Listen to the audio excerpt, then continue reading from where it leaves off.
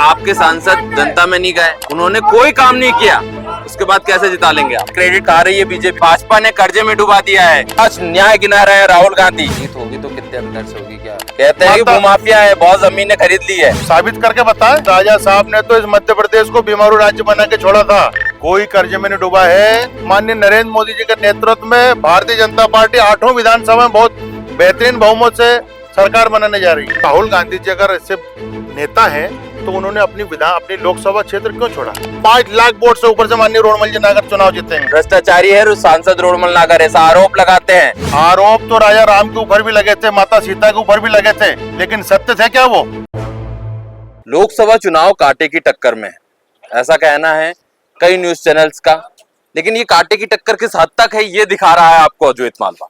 हम दिखा रहे हैं कि क्या चल रहा है बीजेपी के अंदर, क्या चल रहा है कांग्रेस के भीतर, क्या पूरी रणनीति है, सब कुछ समझाएंगे। अभी हमारे साथ है विकास जी दीक्षित, पचौर मंडल अध्यक्ष भाजपा। बहुत बहुत स्वागत है आपका अद्वैत मालवा पर। पहला सवाल यही है कि आपके सांसद जनता में नहीं गए, उन्होंने कोई काम नहीं किया, उसके बाद कैसे जिता लेंगे आप?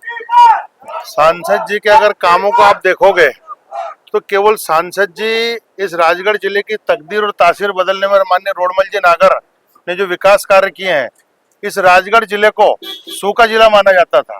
आज राजगढ़ जिले को अगर आप देखोगे तो चारों तरफ नहरें मिलेंगी आपको, ऐसी ऐसी नहरें जो पाइपलाइन के द्वारा किसान अपने खेत में वाल खोलता है और खेतों में पानी पहुंचता है। ये हमारे सांसद थे रोडमल जी नागर। ये सब राजा साहब ने सर्वे करा है, उनकी योजना है गिनवा रहा है, क्रेडिट खा रही है बीजेपी पूरा कुछ भी नहीं है। राजा साहब ने तो इस मध्य प्रदेश को बीमारू राज्य बना के छोड़ा था, माननीय राजा साहब ने तो। और भारतीय जनता पार्टी की सरकार है, माननीय रोडमल जी नागर, नरेंद्र मोदी, शिवराज सिंह चौहान ने इस बीमारू राज्य से इस मध्य प्रदेश को विकसित राज्य बनाया है। कर्जे में डुबा दिया है, भाजपा ने कर्जे में डुबा दिया है। कोई कर्जे में नहीं डूबा है। पहले की आप कल्पना करिए, गांव में एक मोटरसाइकिल नहीं हुआ करती थी, और आज आप गांव में देखिए प्रत्येक गांव में 50-50, 100-100 ट्रैक्टर मिलेंगे आपको। हर घर में 2-2 मोटरसाइकिल मिलेगी आपको। मोदी जी ने इलेक्ट्रोल बॉन्ड घोटाला कर लिया है, उन्होंने तो सबसे बड़ा घोटाला करा देश का, ऐसा कांग्रेस का आरोप है। कुछ भी नहीं है। माननीय नरेंद्र मोदी जी के नेतृत्व में भारतीय जनता पार्टी 8वीं विधानसभा में बहुत बेहतरीन बहुमत से सरकार बनाने जा रही है। एक बात बताइए, आप इतना कॉन्फिडेंस से कह रहे हैं, लेकिन राजा साहब कहते हैं वादा नहीं निभाया। 3000 रुपए नहीं दिए आपने, आप 2700 रुपए नहीं दे रहे हैं। आप उनकी वादा निभाओ यात्रा में पंचायत तक गए हैं, बोले हैं कि भैया वादा नहीं निभाती भाजपा। केवल कांग्रेस के जो लोग हैं उनके पास कोई मुद्दा नहीं है, और भारतीय जनता पार्टी ने जो भी कहा है वो करा है। आज माननीय राजा साहब के समय में 1200-1300 रुपए के भाव में गेहूं बिकता था, आज 2400 रुपए के भाव में गेहूं बिक रहा है किसान का। आज प्रत्येक में घर में आप जाके देखेंगे, लाडली बहनों के नाम से अगर एक घर में 2 महिला है तो 1250-1200 रुपए महीना उन्हें मिलता है। एक परिवार में 25,000 रुपए महीना महिलाओं के नाम से मिलता है। और अगर आप पुरुषों की बात करेंगे तो किसान सम्मान निधि में अगर आप जाएंगे, अगर घर में 2 लोग हैं, उनके अगर 2-2 बीघा जमीन से भी अगर उनके खाते हैं उनके पास में, किसान सम्मान निधि से 12 और 12 24,000 रुपए उनके घर में पहुंच रहा है। 50,000 रुपए प्रत्येक परिवार में भारतीय जनता पार्टी की तरफ से पहुंच रहा है। और इसके साथ में 24 रुपए किलो में इनसे गेहूं खरीद के फ्री में इनको अनाज दिया जा रहा है। भ्रष्टाचारी है सांसद रोडमल नागर, ऐसा आरोप लगाते हैं। आरोप तो राजा राम के ऊपर भी लगे थे, माता सीता के ऊपर भी लगे थे, लेकिन सत्य थे क्या वो? कहते हैं कि भूमाफिया है, बहुत जमीनें खरीद ली है। साबित करके बताएं, कौन कह रहा है? सोशल मीडिया पोस्टर बन रहे हैं कि इतनी 5 बीघा जमीन मिली थी, उसको 2000 बीघा बना दिया है। सोशल मीडिया पे तो कोई कुछ भी डाल देगा, आप मानोगे क्या? अभी हम डलवा देते हैं माननीय राजा साहब के बारे में तो क्या होगा, लेकिन हम इस तरह की राजनीति नहीं करते हैं। हम काम करते हैं, भारतीय जनता पार्टी के लोग विकास के दम पे हम क्षेत्र में जा रहे हैं।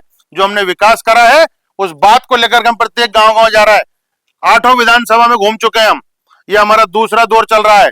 पूरी विधानसभाओं में एक भी गांव में कहीं हमें ऐसा नहीं लगा कि जो माननीय नरेंद्र मोदी जी के नेतृत्व में, शिवराज सिंह जी के नेतृत्व में मुख्यमंत्री है सामने, 10 साल राज किया है, गढ़ है उनका, कैसे कह रहे हैं कि सीधे जीत जाएंगे आप? 10 साल में इनकम्बेंसी समझते हैं आप? सुनिए आप, हाँ, 10 साल में उन्होंने करा क्या है? हम जा रहे हैं ना जनता के बीच में, 10 साल में वो उनका हिसाब दे और 10 साल का भारतीय जनता पार्टी का हिसाब ले। इस बीमारू राज्य को जो आज प्रत्येक गांव में आप जाइए, ऐसा कोई गांव नहीं जहाँ सड़कें नहीं हो, पहले उनके जमाने में लाइट मिला नहीं करती थी, आज लाइट जाती नहीं है। पहले पानी नहीं मिला करता था, आज हर घर में आप देखना, पूरे विधानसभा में, पूरी लोकसभा में घूमिए आप, प्रत्येक गांव में नल की लाइन गड़ गई है। प्रत्येक गांव फिल्टर का पानी पिएगा, प्रत्येक खेत पानी पिएगा।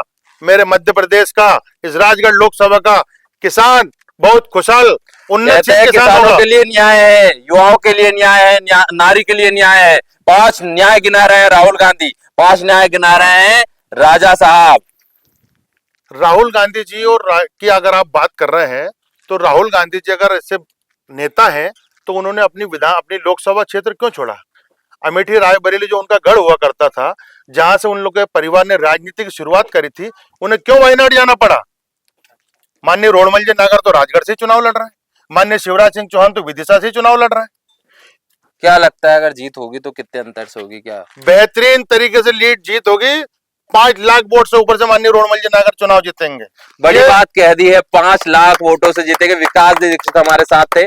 ऐसे ही चुनावी कवरेज को देखने के लिए फॉलो कीजिए अद्वैत मालवा को और बने रहिए अद्वैत मालवा पर।